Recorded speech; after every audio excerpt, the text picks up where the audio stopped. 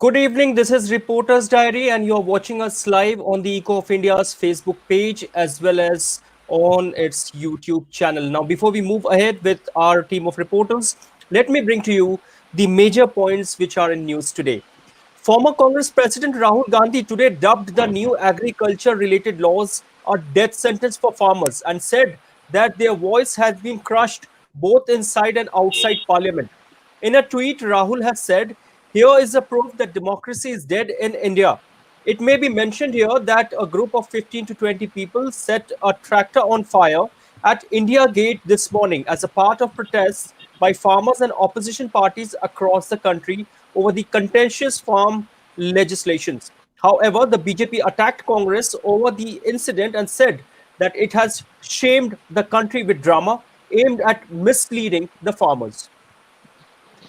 Defense Minister Rajnath Singh today unveiled a new defense acquisition procedure which focuses on boosting indigenous production and helping India turn into a global hub of manufacturing weapons and military equipments. There are provisions to encourage FDI in the DAP for establishing manufacturing hubs both for import and export of products, protecting the domestic industry's interest, the defense minister said. In West Bengal, Chief Minister Mamata Banerjee has announced that Mr. Alapan Bandyopadhyay, who is presently the Additional Chief Secretary Home and Information, will join as the Chief Secretary from October 1st. Mr. H.K. Dwivedi, presently the Finance Secretary, will be new Home Secretary, and Mr. Manoj Pant will take charge of Finance. Bandyopadhyay would succeed Mr. Rajiv Sinha, who will be retiring on September 30th. Sinha has now been appointed the chairman of West Bengal Industrial Development Corporation for 3 years. The chief minister today made these announcements in a tweet. In a fresh salvo towards the Trinamool Congress disbandment, Governor Jagdeep Dhankar today said the government has turned West Bengal into a police state and warned that he would be forced to look at Article 154 of the Constitution as he feels his office has been ignored by the government. The governor today criticized State DGP Virendra for being irresponsible and callous in his response to a letter. In international news, forces of Armenia and Azerbaijan kept fighting over the disputed separatist region of Nagorno-Karabakh a day after hostilities broke out. Both sides kept blaming each other for resuming the attacks. And now I'm joined by our team of reporters. Yes, Asmita, Razia, Riddhi, welcome to Reporters Diary.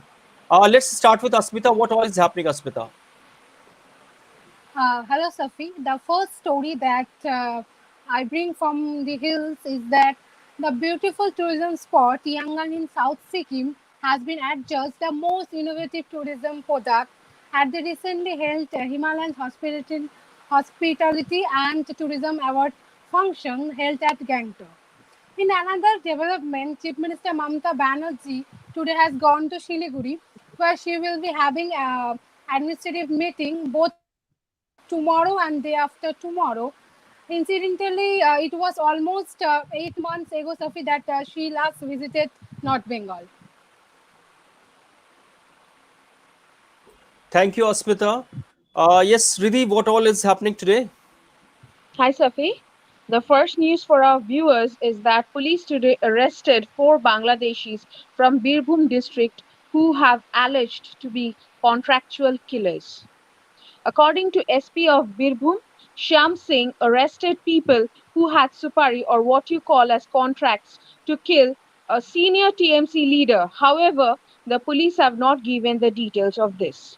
In another development, the Forest Department of West Bengal government had decided to set up barriers along the elephant corridors in the Jungle Mahal area, which of course has West Midnapur, Jhargram and Purulia districts. The decision has been taken to stop movements of elephants from states like Odisha and Jharkhand to West Bengal. These elephants have been seen destroying crops and huts of the villagers, and sometimes on their way they kill human beings too.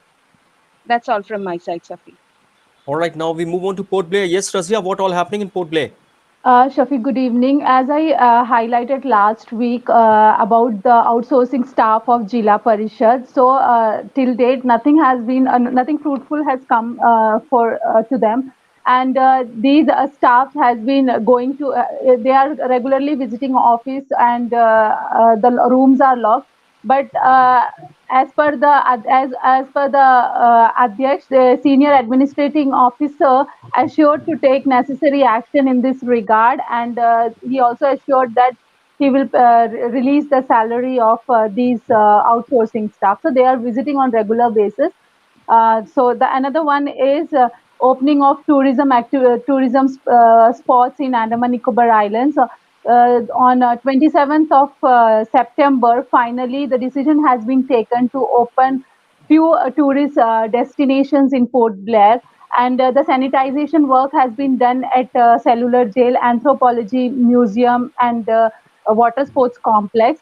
And the authorities, the administration has said the tourism people should follow the order of Government of India, and they have to maintain the standing operating procedure, and then only they will be allowed to open. Though or not all the tourist activities, not all the tourist destinations are open, but few beaches are open, some scuba snorkelings are open. And the last one is about the active corona cases here in Andaman. The active is 188. Yesterday, we one death reported, so the fatalities are 53, and more than 3,500 recovered in Andaman, Shafi. So that's all from here. All right, Asmita, Razia, Riddhi, thanks for joining Reporters Diary.